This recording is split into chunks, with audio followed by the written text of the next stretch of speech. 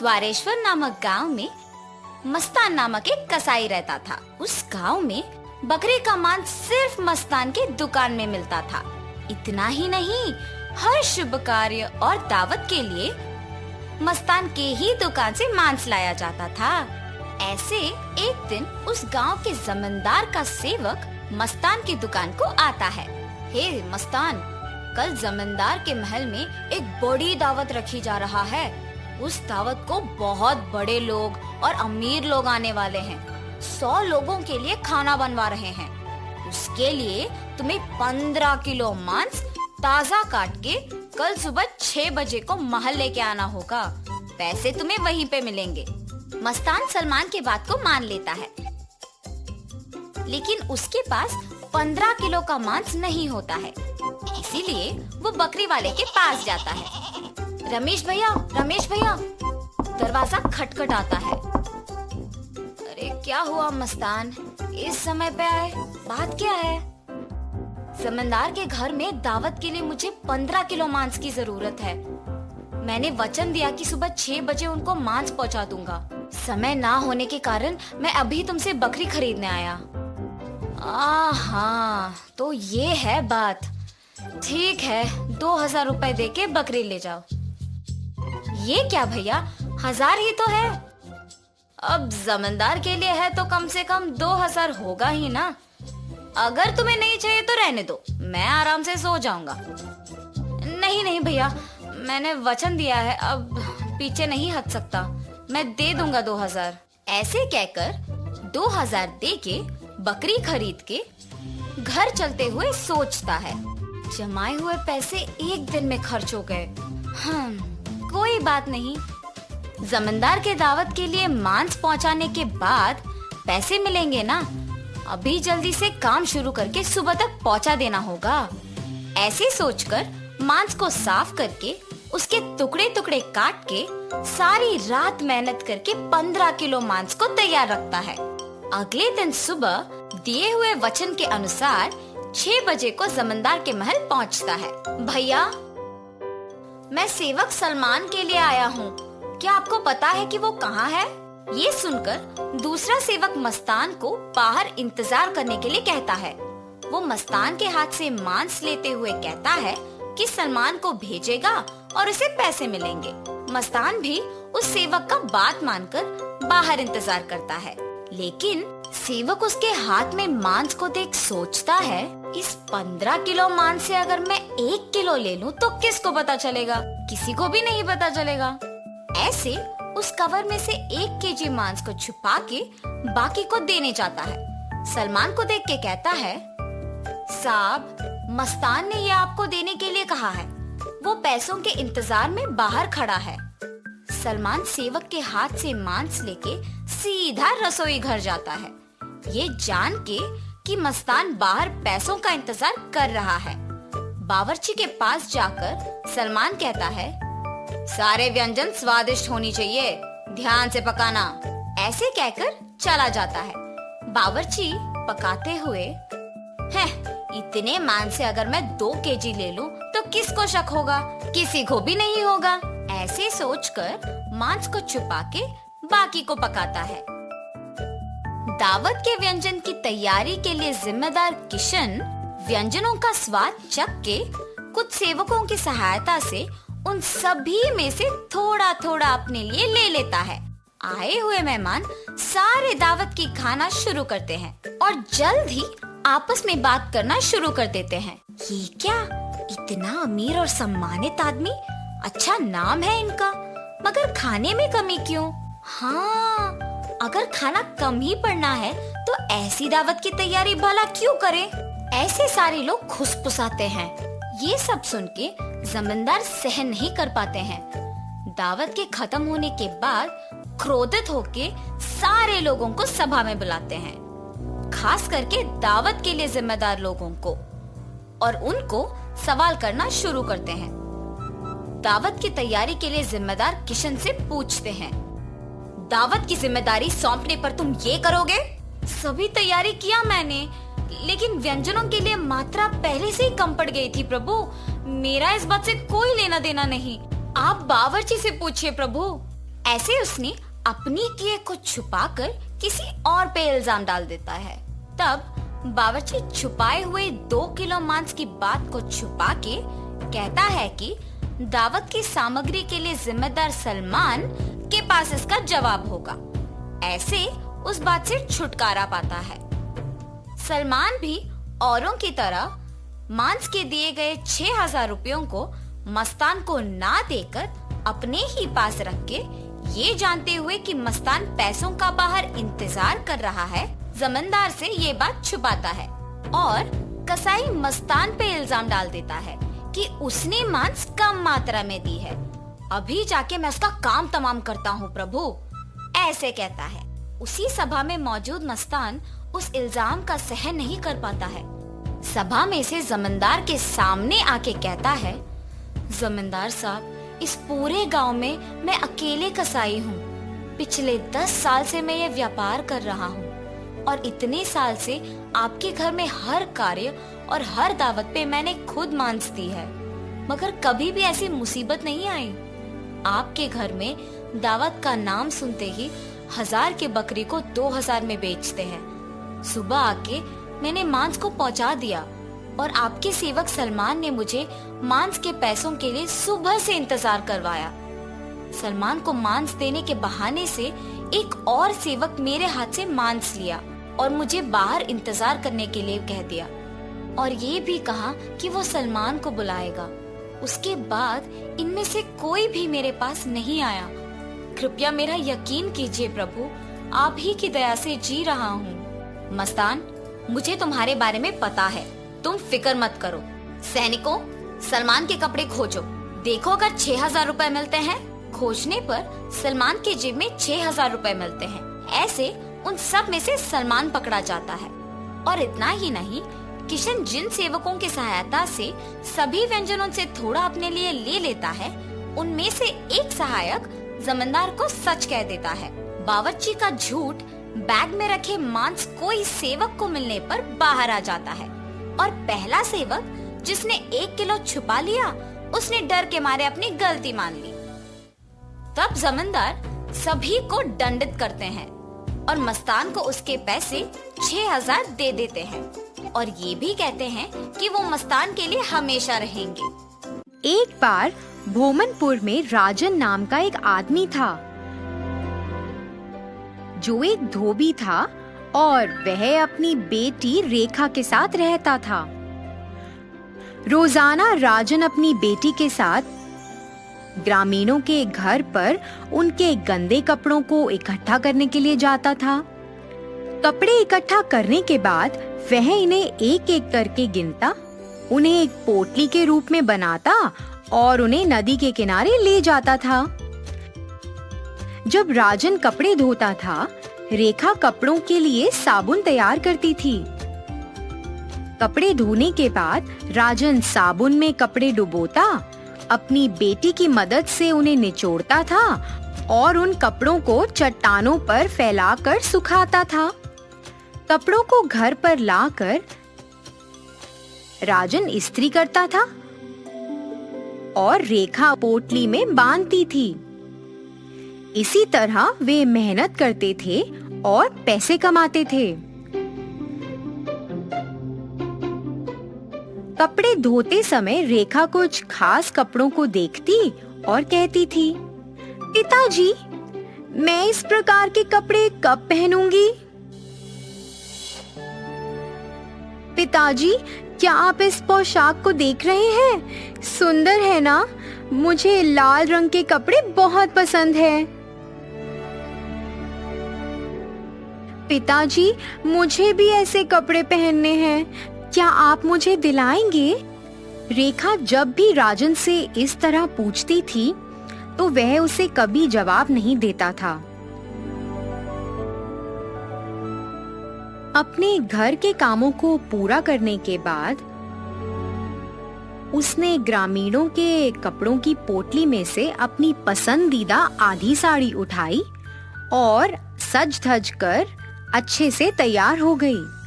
तैयार होने के बाद वह खुद को निहारती और बहुत खुश महसूस करती। वह ऐसा कई बार करती थी। और इसी तरह रेखा को इसकी आदत पड़ गई। हर दिन वह अपने पिता को बिना बताए पोटली में से कुछ कपड़े चुरा लेती थी। जब उसके पिता सो जाते, वह उन कपड़ों को पहन लेती और फिर सज धज कर अपने आप को निहारती थी। एक दिन जमींदार की बेटी ने अपने कपड़े धोने के लिए धोबी को राजघराने में बुलाया। राजन अपनी बेटी रेखा के साथ उनके पास पहुंचा। जब वे दोनों कपड़े इकट्ठे कर रहे थे, रेखा की नजर एक लाल और पीले कपड़े पर पड़ी और वह सचमुच उस कपड़े में खुद को देखना चाहती थी। कपड़े धोने और इस्त्री करने के बाद अनजाने में फिर से उसने वह कपड़े चोरी कर लिए जो उसने जमींदार के घर पर देखे थे। जब राजन उन कपड़ों को वापस देने के लिए गया, तब उसने गिनती करके एक एक कपड़ा पोटली से बाहर निकालना शुरू किया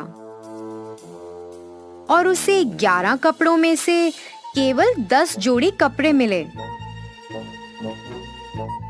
वो एक कपड़ा तो जमींदार की बेटी के पास था और उसने लापता जोड़ी के बारे में पूछा। मेम साहब, मैंने तो आपके सामने कपड़े गिन कर पोटली में रखे थे, पता नहीं अभी क्या हुआ। मुझे घर जाना है और एक बार मैं घर जाकर जांच करूंगा। मैं जल्द ही वापस आऊंगा, कृपया आप बुरा मत मानिए। ऐसा कहते हुए वह राजघराने से निकल गया। जल्द ही वह अपने घर पहुंचा और अपनी बेटी को उस एक जोड़ी कपड़े में देखकर चौंक गया। रेखा को अपने पिता के घर इतनी जल्दी वापस आने की उम्मीद नहीं थी। अरे पिताजी, मैं समझा सकती हूँ, कृपया मेरी बात सुने। बेटी, मैं इस गांव में सम्मान और नाम के साथ रहता हूँ और मन से काम करता हूँ। ये तुम्हें क्या हो गया है? ये तो बहुत शर्म की बात है कि आपने चोरी की है। जो आपने अभी किया है वह बिल्कुल गलत है। यह मूर्खता है। पिताजी, मुझे माफ कर दें पिताजी। मैं अपने जीवन में फिर ऐसी गलती कभी नहीं दोहराऊंगी। मैं आपसे कुछ भी नहीं छुपाना चाहती थी। रेखा, उन कपड़ों को धोकर इस्त्री कर दो, उन्हें तैयार रखें। मुझे उन्हें वापस कल लेकर जाना है। मैं खुद जाकर वापस करूंगा। अगर उन सभी को पता चल गया तो ये बहुत शर्मनाक बात होगी। तो बेहतर है जैसा मैं कह रहा हूँ तुम वैसा ही करो।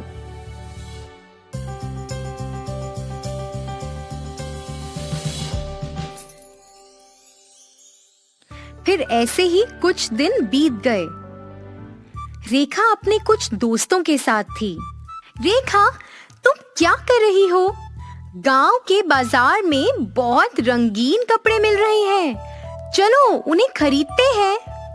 हाँ, ये तुम्हें पता नहीं है क्या? आओ साथ चले और देखते हैं। दोस्तों, तुम लोग जाओ, मैं नहीं आ सकती। क्यों? तुम क्यों नहीं आ सकती? क्योंकि मेरे पास पैसे नहीं हैं। अरे, ये कोई बहुत बड़ी बात नहीं है। अपने कोई भी 3 पुराने जोड़े कपड़ों में से एक उठा कर ले आओ। लेकिन ऐसा क्यों?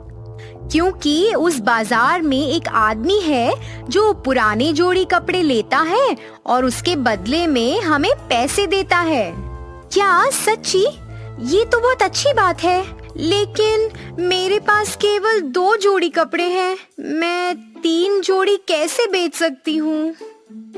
तुम एक काम करो यार, तुम्हारे पिता एक धोबी हैं। रोज कम से कम 100 जोड़े कपड़े तो आते हैं ना। तुम उन कपड़ों में कुछ 3 जोड़ी कपड़े नहीं चुरा सकती? अरे उन्हें बेच देंगे और हमें बदले में पैसे मिलेंगे। उन पैसों से तुम नए कपड़े खरीद सकती हो। अच्छा, हाँ ये ठीक तो है, मगर अगर मेरे पिताजी को इस बारे में पता चल गया तो वे मुझे घर से बाहर निकाल देंगे। अरे ऐसा कुछ नहीं होगा यार, हम तो उन कपड़ों को बेचने जा रहे हैं। उन्हें कैसे पता चलेगा कि तुमने कपड़े चोरी किए हैं? कपड़े तो गायब हो जाएंगे, तो पकड़े जाने का तो सवाल ही नहीं। इस तरह से रेखा ने अपने दोस्तों की बात मान ली। रेखा ने 3 जोड़ी कपड़े चुरा लिए और अपने दोस्तों के साथ बाजार तक दौड़ लगाई। उन्होंने उन कपड़ों को बेच दिया और उसके बदले उन्होंने रेखा के लिए पसंदीदा रंग की साड़ियां खरीदी। उन नए कपड़ों के साथ रेखा वापस घर लौट आई और नए कपड़ों को उसने बाहर छुपा दिया। जैसे ही रेखा घर वापस लौटी, उसने देखा कि उसके पिता वह खोए हुए कपड़ों को पूरे घर में तलाश रहे हैं। रेखा ने भी खोजना शुरू कर दिया। उसी समय गांव के सरपंच कुछ अन्य गांव वालों के साथ राजन के घर पर पहुंचे। अरे राजन, बाहर आओ, जल्दी बाहर आओ। उनकी पुकार सुनकर राजन घर से बाहर निकला। उसने सरपंच के हाथों में वह गायब हो गए कपड़ों को देखा और उन्हें देख के आश्चर्यचकित हो गया। सरपंच ने उसे बताया कि यह कपड़े उसे बाजार में मिले, जहाँ पे पुराने कपड़े खरीदे जा रहे थे, जिसके बदले ग्राहकों को पैसे मिल रहे थे। राजन, क्या ये उचित है? नहीं नहीं साहब, मैंने उन्हें पैसे के लिए नहीं बेचा। कृपया मुझ पर भरोसा करें। मुझे नहीं पता कि यह कपड़े उस आदमी के पास कैसे पहुंचे। राजन, ये तुम्हारे बारे में नहीं है। उस व्यक्ति को ये कपड़े तुम्हारी खुद की बेटी ने बेचे हैं। क्या इस तरह आप अपने बच्चों की परवरिश कर रहे हैं? मेरे दोस्तों, आप सभी मेरी बात ठीक से सुनो। अब से कपड़ों को धोने और इस्त्री करने के लिए हम राजन को नहीं देंगे। हमारे बीच जो अफवाह फैलाई गई है वह सच है। यह लोग हमारे कपड़ों को बेचकर फायदा उठाते हैं और बाद में ऐसा कहते हैं कि कपड़े तो अचानक गायब हो गए, कृपया क्षमा करें। ऐसा नहीं चलेगा, ये बहुत गलत है। सरपंच ने सभी को ऐसा कहा और वहां से चले गए। तो बच्चों, इस कहानी से हमें ये सीख मिलती है कि हमें बड़ों की बात हमेशा माननी चाहिए। हमें बार बार गलती नहीं करनी चाहिए, क्योंकि बार बार की हुई गलती आदत बन जाती है। हमें अपने पड़ोसियों के साथ मिलजुल कर रहना है। किसान का सपना। एक बार कालेश्वर नामक एक गांव में कृष्णवीर प्रसाद नामक एक व्यक्ति अपनी पत्नी के साथ रहता था, जिसने एक पुत्र को जन्म दिया। अपने पुत्र के नामकरण के दिन उसको हरि प्रसाद का नाम दिया गया। गांव के सारे संत, ज्योतिषी और धार्मिक साधु जो इस नामकरण के उत्सव पे आए थे, सबों ने ये बोला कि हरि प्रसाद बड़ा होकर अपने परिवार की संपत्ति को द्विगुना कर देगा। कृष्णा और उसकी पत्नी इस वरदान को लेकर बहुत प्रसन्न हो गए। अब बचपन से ही हरि प्रसाद ये सुनते आ रहा था कि उसके कारण परिवार की संपत्ति द्विगुना हो जाएगी। तो वो बहुत अमीर बनने के सपने देखते देखते बड़ा हुआ। उसकी इच्छा थी कि वह कई जमीनों का मालिक बनेगा और भोरी भोरी पैसे कमाएगा। हरि प्रसाद 21 साल का हो गया जब उसके पिता ने घर और कारोबार की सारी जिम्मेदारी उस पर सौंप दी और उसका विवाह भी करवा दिया। काम की जिम्मेदारी लेने के बाद वह आलसी बन गया। फसल की देख रेख करने के बजाय वह खेत में आराम करता था, दोस्तों के साथ गप्पे मारते हुए। इसी तरह दिन बीत गए और अंत में सब खराब हो गया। कृष्णवीर प्रसाद ने ये देखा और अपने बेटे को बुलाया। हरि प्रसाद, मुझे लगा तुम उत्तम रूप से अपनी जिम्मेदारी निभाओगे और घर गृहस्थी अच्छे से संभालोगे। मैंने तुम पे विश्वास किया कि तुम मेरा नाम रखोगे, पर तुमने तो सब बर्बाद कर दिया। मुझे बहुत दुख है इस बात का। पिताजी, आप सब लोगों ने ही तो कहा था कि मेरे जन्म की वजह से इस परिवार की संपत्ति तिगुना हो जाएगी। मैंने ना आपका नाम खराब किया, ना कुछ। मैं तो हर रोज समय पे खेत पे भी जाता हूँ। ओह मेरा भोला बेटा, अगर तुम दिल और दिमाग लगाकर काम करोगे तभी हमारी अच्छी फसल उगेगी ना। अगर तुम केवल खेत पर जाकर कुछ भी नहीं करोगे तो फायदा कहाँ से आएगा। अगर तुम ऐसे ही करते गए तो हमारा पैसा, खाना, धन सब खत्म हो जाएगा। अभी तो जागो और अपना कर्तव्य निभाओ। हरि प्रसाद को अपने पिताजी की बात समझ आ गई। मैंने इतने दिन बर्बाद किए, इतनी छोटी सी बात थी और मुझे समझ नहीं आया। बिना काम किए मैं परिवार की संपत्ति को तिगुना कैसे कर सकता हूँ। पिताजी, मुझे क्षमा कर दे। मुझे अपनी गलती का एहसास हो गया है और मैं ऐसा कभी नहीं करूँगा। मैं वादा करता हूँ आपसे, मेरा विश्वास करिए। हरि प्रसाद ने अपने पिताजी का आशीर्वाद लिया और चला गया। अपने वादे के अनुसार हरि अब रोज खेत पर जाकर काम को अच्छे से देखने लगा और सुनिश्चित किया कि मजदूर ठीक से काम कर रहे थे या नहीं। सबसे बेहतरीन फसल लाने के लिए हरि प्रसाद अलग अलग तरीके सोचने लगा खेती बाड़ी करने के लिए। उसकी पत्नी ने उसको कठोर परिश्रम करते देख उसके लिए भोजन ले जाने लगी खेत पर। फिर उसने अपने ससुर जी के सामने भी हरि प्रसाद की बहुत प्रशंसा की। जब पिताजी ने भी ध्यान दिया तो उन्होंने भी अपनी तरफ से खेती के लिए बेहतर मशीनों का प्रबंध किया। पर हरि प्रसाद अपने सपने के बारे में नहीं भूल पाया जो वो बचपन से देख रहा था। उसने देखा कि उसकी अच्छी खासी फसल निकलने लगी। उसको अनाज और बीज के 100 बोरियां निकलने लगे। परंतु हरि प्रसाद संतुष्ट नहीं था, क्योंकि उसका सपना और भी बड़ा था। वह अपने सपने को सच करना चाहता था, परंतु वैसा हो ही नहीं रहा था। हालांकि बाकी के लोग तो बहुत खुश थे। हरि प्रसाद से बात करने गए पर वो खुश ही नहीं था। उसके पिताजी की प्रशंसा भी काफी नहीं थी उसका मन बदलने के लिए। हरि प्रसाद बेटा, जरा देखो सब कितने खुश हैं। पर तुम इतने उदास क्यों हो? पिताजी, मैं अभी भी संतुष्ट नहीं हूँ। मेरा सपना कुछ अलग था, इससे भी बड़ा। मैं खुश हूँ ही नहीं। हरि प्रसाद, जितना भी हमारे पास है उससे हम सब खुश हैं। तुम कुछ ज्यादा ही प्राप्त करना चाह रहे हो। हमारी फसल बहुत अच्छी है अभी। अपनी उम्मीदें इतना भी मत बढ़ाओ, नहीं तो जो है उसको भी खो दोगे। परंतु हरि प्रसाद वैसा ही रहा। वह और धन कमाने की कोशिश करता गया और 10 गुण ज्यादा धनवान भी बन गया। सबको दिख रहा था कि हरि प्रसाद ने अपने सपने को पूरा किया था, पर इस बात का एहसास खुद हरि प्रसाद को ही नहीं था। अब क्योंकि वह अपनी कमाई से खुश नहीं था, वह अपने परिवार के साथ कभी भी समय बिता नहीं पाया और जीवन भर असंतुष्ट ही रहा।